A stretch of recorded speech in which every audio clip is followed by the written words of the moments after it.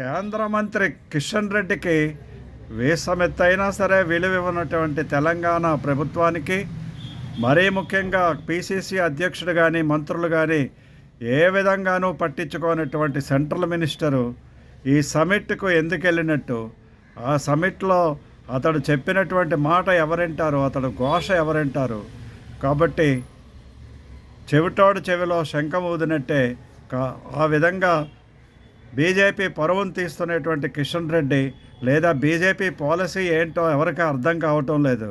బీజేపీని తిడుతూ, బీజేపీని ఎండకడుతూ, బీజేపీ ఎందుకు పనికిరాంది, బీజేపీ సెంట్రల్ నుంచి ఏం తీసుకొచ్చారు, బీజేపీ వాళ్ళు తెలంగాణ రాష్ట్రానికి ఏం మేలు చేశారని ప్రశ్నలకు వర్షాలు కురిపిస్తున్నప్పుడు వాళ్ళకు దూరంగా ఉండి వాళ్ళు చేసినటువంటి పనులు ప్రజల్లోనికి తీసుకెళ్లకుండా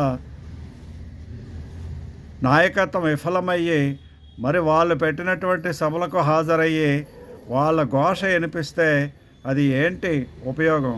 కాబట్టి తప్పనిసరిగా బీజేపీ పాలసీ మార్పిడి జరగాలి. బీజేపీ నాయకత్వంలో సరైనటువంటి నాయకత్వం ముందుకు నడవాలి. బీజేపీకి సరైనటువంటి మార్గదర్శనం అవసరము. కాబట్టి బీజేపీ తప్పనిసరిగా తెలంగాణ రాష్ట్రంలో, మరీ ముఖ్యంగా మహానగర్, హైదరాబాద్ మహానగర్ ఇప్పుడు గ్రేటర్ నగర్ నుంచి గ్రేటెస్ట్ నగర్గా మారినటువంటి మహానగర్లో విజయాన్ని సాధించాలంటే నాయకత్వ మార్పులు అనివార్యము. ఈ నాయకత్వం పనికిరాని నాయకత్వము అనేటువంటి దాన్ని గుర్తుపెట్టుకోవాల్సినటువంటి అవసరం ఎంతైనా ఉన్నది. జై హింద్, జై భారత్.